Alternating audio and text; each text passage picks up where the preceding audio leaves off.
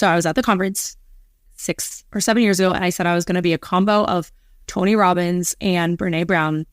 And so I feel like for numerous years now, I've seen myself as someone who I was like, you know, I'm going to build out this big brand. Like, I'm going to have all these like New York Times bestselling books.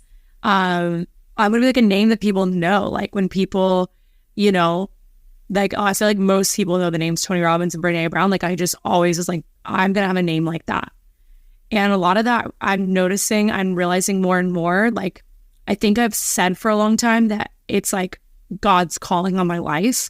And I've kind of, I think, painted it through that lens, but if I'm being really honest, it's actually more tied to ego than anything else. And it's like it's not God's way to just like think about like, I don't know, like it's just so backwards for me to think like, oh, how can people know my name, right? And obviously Brene Brown, I think, is adding cool value into the world. I think Tony Robbins is adding cool value into the world. But like when we left for Europe and then I took a week off social media then, and then I've taken the sabbatical, more and more and more I'm realizing how much like it's like none of it really matters in the way that like in a few centuries, probably, no offense to these people, but probably no one will know Brene Brown's name anymore. And not even a few centuries. Like one century, right. I know, I was going to say a few decades, but then I was like, well, not a few decades. Yeah. Somewhere between a few decades and probably 1 century, their names will be literally forgotten.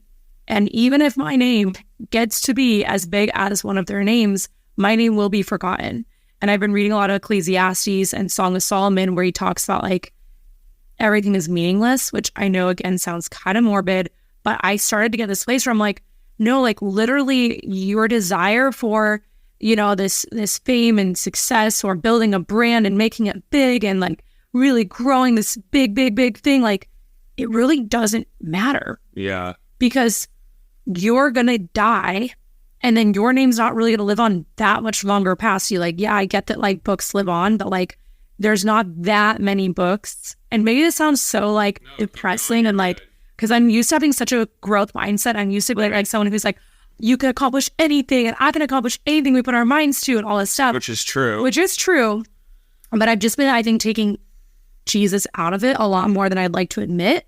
And yeah, it like makes me sad to say that because obviously I won. Like Jesus's name is the one name that will continue to be known through the centuries, through the decades, through whatever is bigger than a decade and a century, thousands and thousands of years. Jesus's name is the name that will live on, and it's not about my name. And so like this whole time, taking this time off of Instagram, it's like killing my ego. And that's what I feel like this whole time has been about. And like reading the story of Abraham and Isaac, I've been reading that a lot. And like I was reading it one day and going like really deep into it. And I just started bawling my eyes out because I was picturing Abraham.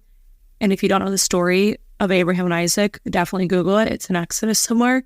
And it's basically where God asked Abraham to literally kill his son Isaac, which sounds kind of crazy and kind of creepy, a little like, what the heck? But Abraham was willing to do it. Like he brought his son to the as a burnt offering. Yeah, as a burnt offering, like instead of like a lamb.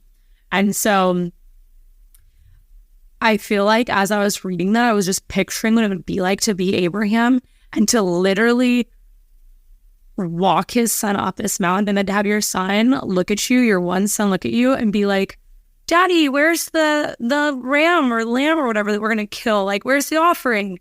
And the dad saying, you know, oh, God's going to provide, but knowing in the back of your mind, like, I'm just so curious in his mind. Like, I was really sitting with this, and this is something I've been doing a lot during my sabbatical, is like spending a lot of time journaling, praying, listening to God, and like ChatGPTing a bunch of like questions, like diving really deep into like theological stuff into the Bible.